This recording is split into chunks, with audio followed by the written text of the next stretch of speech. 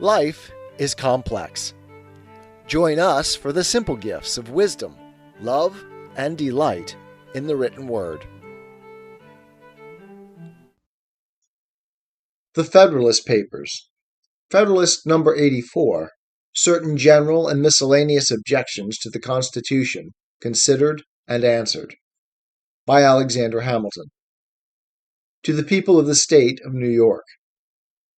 In the course of the foregoing review of the Constitution, I have taken notice of and endeavored to answer most of the objections which have appeared against it. There, however, remain a few which either did not fall naturally under any particular head, or were forgotten in their proper places. These shall now be discussed, but as the subject has been drawn into great length, I shall so far consult brevity as to comprise all my observations on these miscellaneous points in a single paper. The most considerable of the remaining objections is that the plan of the convention contains no Bill of Rights. Among other answers given to this, it has been upon different occasions remarked that the constitutions of several of the states are in a similar predicament. I add that New York is of the number.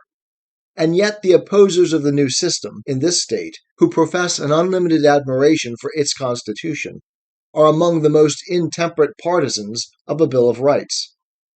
To justify their zeal in this matter, they allege two things. One is that, though the Constitution of New York has no Bill of Rights prefixed to it, yet it contains in the body of it various provisions in favor of particular privileges and rights, which, in substance, amount to the same thing. The other is that the Constitution adopts, in their full extent, the common and statute law of Great Britain, by which many other rights, not expressed in it, are equally secured. To the first, I answer that the Constitution proposed by the Convention contains, as well as the Constitution of this state, a number of such provisions. Independent of those which relate to the structure of the government, we find the following. Article 1, Section 3, Clause 7, quote, "Judgment in cases of impeachment shall not extend further than to removal from office and disqualification to hold and enjoy any office of honor, trust, or profit under the United States. But the party convicted shall, nevertheless, be liable and subject to indictment, trial, judgment, and punishment according to law." End quote. Section 9 of the same article, Clause 2. Quote, "The privilege of the writ of habeas corpus shall not be suspended, unless when in cases of rebellion or invasion the public safety may require it." End quote. Clause 3. Quote, "No bill of attainder or ex post facto law shall be passed." End quote. Clause 7. Quote, "No title of nobility shall be granted by the United States, and no person holding any office of profit or trust under them shall, without the consent of the Congress, accept of any present, emolument, office, or title of any kind whatever, from any king, prince, or foreign state." End quote. Article 3, Section 2, Clause 3, quote, "The trial of all crimes, except in cases of impeachment, shall be by jury, and such trial shall be held in the state where the said crimes shall have been committed. But when not committed within any state, the trial shall be at such place or places as the Congress may by law have directed." End quote. Section 3 of the same article, quote, "Treason against the United States shall consist only in levying war against them, or in adhering to their enemies, giving them aid and comfort. No person shall be convicted of treason unless on the testimony of two witnesses to the same overt act, or on confession in open court." End quote. And Clause 3 of the same section, quote, "The Congress shall have power to declare the punishment of treason, but no attainder of treason shall work corruption of blood or forfeiture except during the life of the person attainted." End quote. It may well be a question whether these are not, upon the whole, of equal importance with any which are to be found in the Constitution of this state. The establishment of the writ of habeas corpus, the prohibition of ex post facto laws, and of titles of nobility, to which we have no corresponding provision in our Constitution, are perhaps greater securities to liberty and republicanism than any it contains. The creation of crimes after the commission of the fact, or, in other words, the subjecting of men to punishment for things which, when they were done, were breaches of no law, and the practice of arbitrary imprisonments have been, in all ages, the favorite and most formidable instruments of tyranny. The observations of the judicious Blackstone in reference to the latter are well worthy of recital. Quote, "To bereave a man of life," says he, "or by violence to confiscate his estate, without accusation or trial, would be so gross and notorious an act of despotism as must at once convey the alarm of tyranny throughout the whole nation. But confinement of the person, by secretly hurrying him to jail, where his sufferings are unknown or forgotten, is a less public, a less striking, and therefore a more dangerous engine of arbitrary government." End quote. And as a remedy for this fatal evil, he is everywhere peculiarly emphatical in his encomiums on the Habeas Corpus Act, which in one place he calls, quote, "the bulwark of the British Constitution." End quote. Nothing need be said to illustrate the importance of the prohibition of titles of nobility. This may truly be denominated the cornerstone of republican government, for so long as they are excluded, there can never be serious danger that the government will be any other than that of the people. To the second, that is, to the pretended establishment of the common and state law by the Constitution, I answer that they are expressly made subject, quote, "to such alterations and provisions as the legislature shall from time to time make concerning the same." End quote. They are therefore at any moment liable to repeal by the ordinary legislative power, and of course have no constitutional sanction. The only use of the declaration was to recognize the ancient law and to remove doubts which might have been occasioned by the Revolution.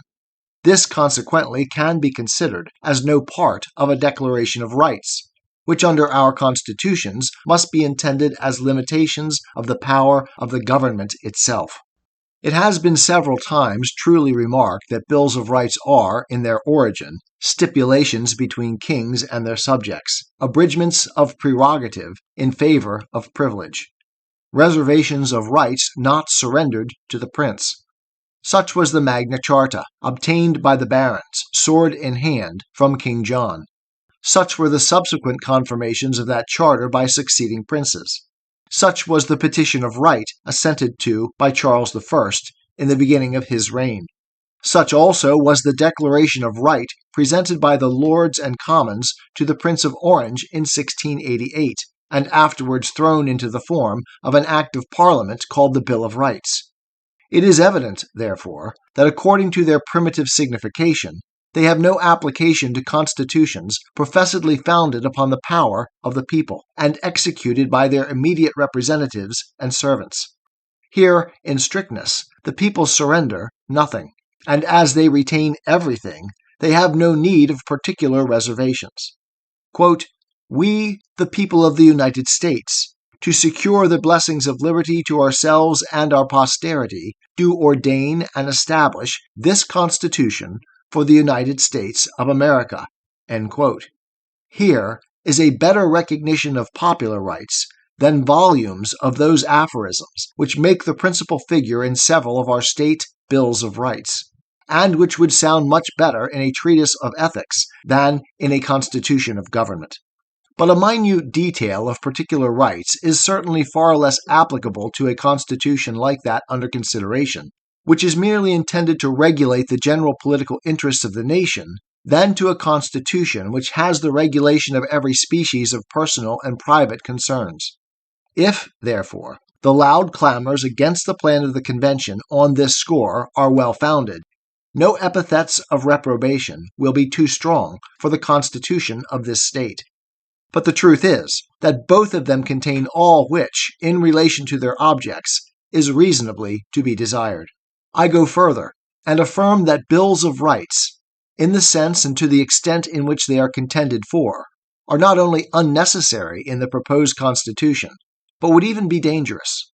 They would contain various exceptions to powers not granted, and on this very account would afford a colorable pretext to claim more than were granted. For why declare that things shall not be done which there is no power to do? Why, for instance, should it be said that the liberty of the press shall not be restrained, when no power is given by which restrictions may be imposed?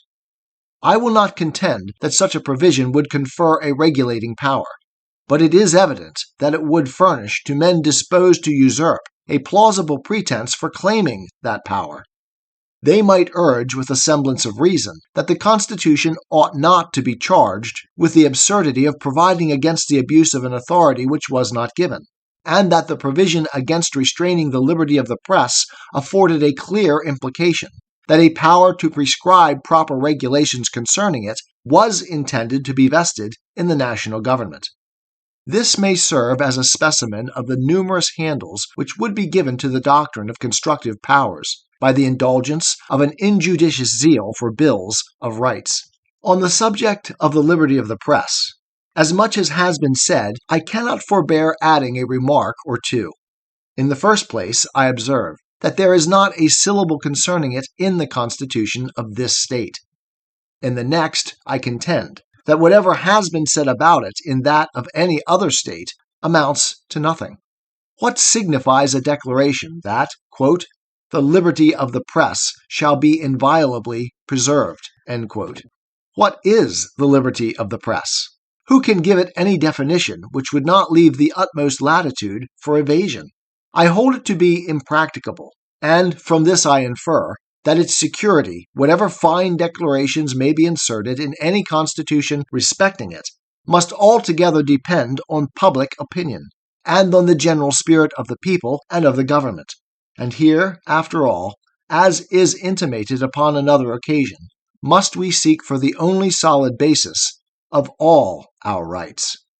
There remains but one other view of this matter to conclude the point. The truth is, after all the declamations we have heard, that the Constitution is itself, in every rational sense, and to every useful purpose, a Bill of Rights. The several Bills of Rights in Great Britain form its Constitution, and conversely, the Constitution of each state is its Bill of Rights. And the proposed Constitution, if adopted, will be the Bill of Rights of the Union. Is it one object of a Bill of Rights to declare and specify the political privileges of the citizens in the structure and administration of the government? This is done in the most ample and precise manner in the plan of the Convention, comprehending various precautions for the public security, which are not to be found in any of the state constitutions. Is another object of a Bill of Rights to define certain immunities and modes of proceeding which are relative to personal and private concerns? This, we have seen, has also been attended to in a variety of cases in the same plan. Adverting, therefore, to the substantial meaning of a Bill of Rights, it is absurd to allege that it is not to be found in the work of the Convention. It may be said that it does not go far enough, though it will not be easy to make this appear, but it can with no propriety be contended that there is no such thing. It certainly must be immaterial what mode is observed as to the order of declaring the rights of the citizens, if they are to be found in any part of the instrument which establishes the government. And hence it must be apparent that much of what has been said on this subject rests merely on verbal and nominal distinctions, entirely foreign from the substance of the thing. Another objection which has been made, and which, from the frequency of its repetition, it is to be presumed is relied on, is of this nature. Quote, it is improper, say the objectors, to confer such large powers as are proposed upon the national government, because the seat of that government must of necessity be too remote from many of the states to admit of a proper knowledge on the part of the constituent or of the conduct of the representative body. End quote. This argument, if it proves anything, proves that there ought to be no general government whatever, for the powers which, it seems to be agreed on all hands, ought to be vested in the Union, cannot be safely entrusted to a body which is not under every requisite control. But there are satisfactory reasons to show that the objection is in reality not well founded. There is in most of the arguments which relate to distance a palpable illusion of the imagination. What are the sources of information by which the people in Montgomery County must regulate their judgment of the conduct of their representatives in the state legislature? Of personal observation, they can have no benefit. This is confined to the citizens on the spot. They must therefore depend on the information of intelligent men in whom they confide. And how must these men obtain their information? Evidently from the complexion of public measures, from the public prints, from correspondences with their representatives, and with other persons who reside at the place of their deliberations. This does not apply to Montgomery County only, but to all the counties at any considerable distance from the seat of government. It is equally evident that the same sources of information would be open to the people in relation to the conduct of their representatives in the general government, and the impediments to a prompt communication which distance may be supposed to create will be overbalanced by the effects of the vigilance of the state governments. The executive and legislative bodies of each state will be so many sentinels over the persons employed in every department of the national administration. And as it will be in their power to adopt and pursue a regular and effectual system of intelligence, they can never be at a loss to know the behavior of those who represent their constituents in the national councils, and can readily communicate the same knowledge to the people. Their disposition to apprise the community of whatever may prejudice its interests from another quarter may be relied upon, if it were only from the rivalship of power. And we may conclude with the fullest assurance that the people, through that channel, will be better informed of the conduct of their national representatives than they can be by any means they now possess of that of their state representatives. It ought also to be remembered that the citizens who inhabit the county at and near the seat of government will, in all questions that affect the general liberty and prosperity, have the same interest with those who are at a distance, and that they will stand ready to sound the alarm when necessary, and to point out the actors in any pernicious project. The public papers will be expeditious messengers of intelligence to the most remote inhabitants of the Union. Among the many curious objections which have appeared against the proposed Constitution, the most extraordinary and the least colorable is derived from the want of some provision respecting the debts due to the United States.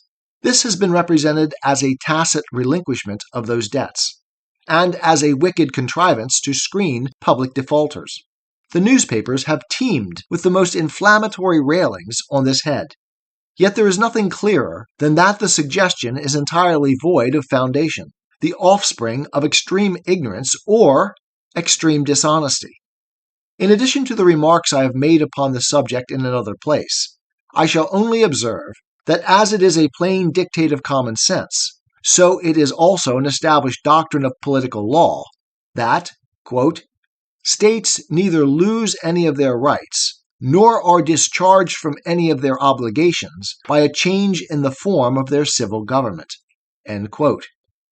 The last objection of any consequence, which I at present recollect, turns upon the article of expense.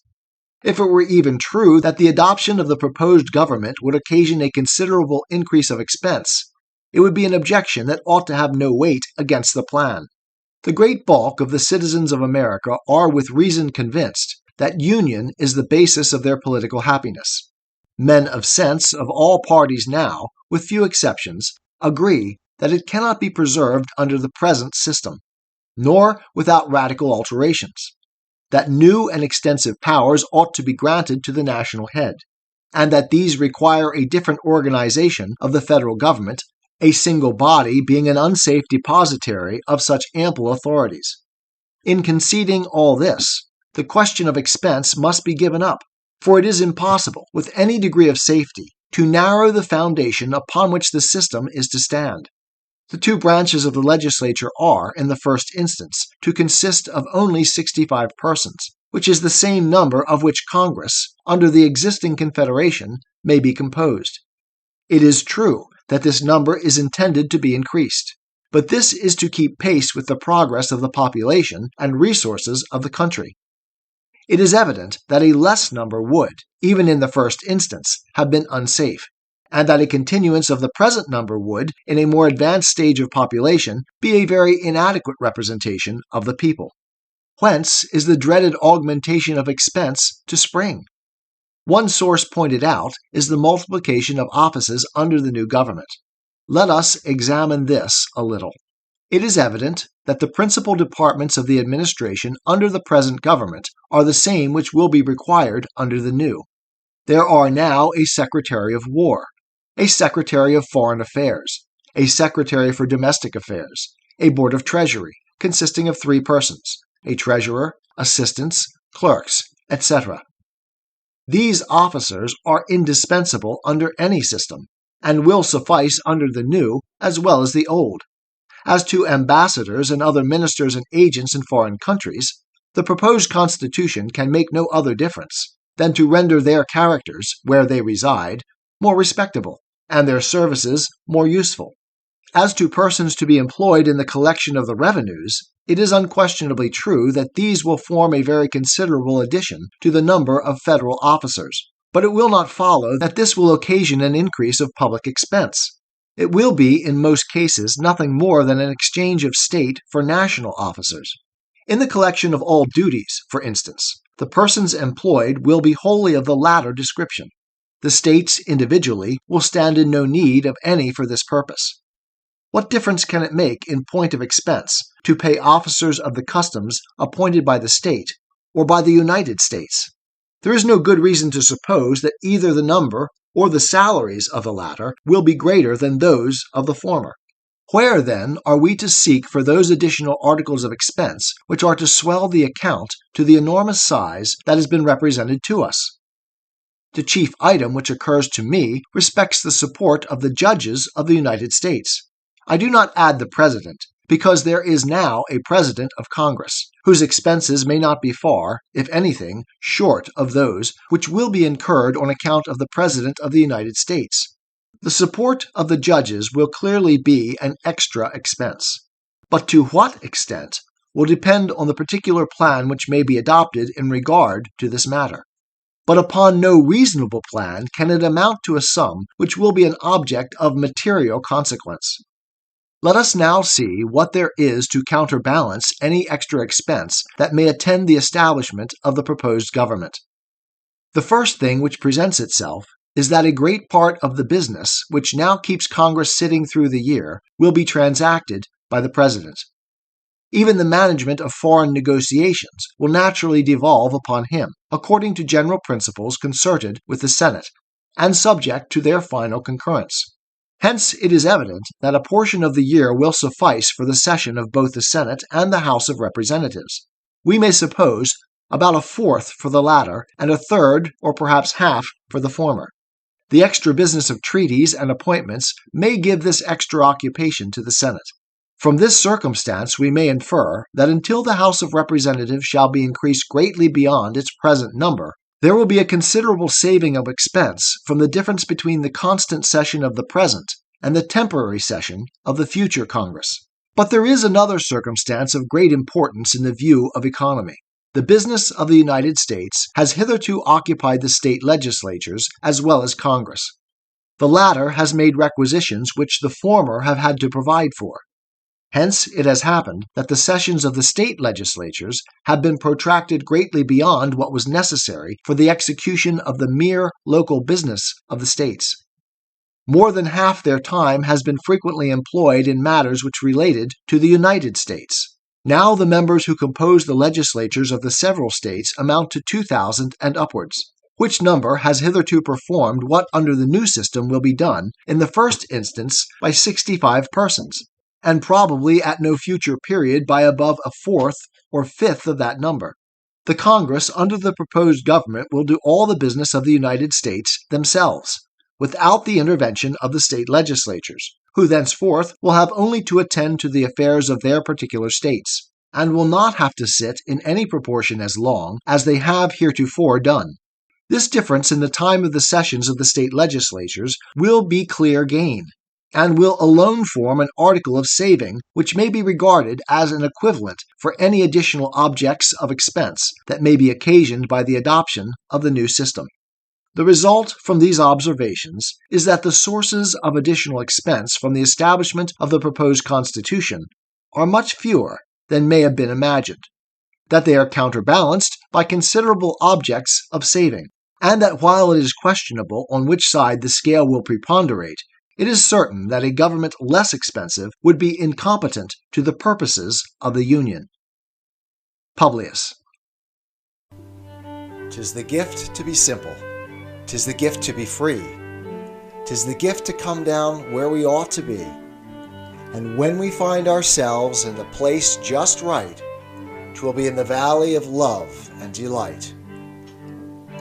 When true simplicity is gained, to bow and to bend, we will not be ashamed.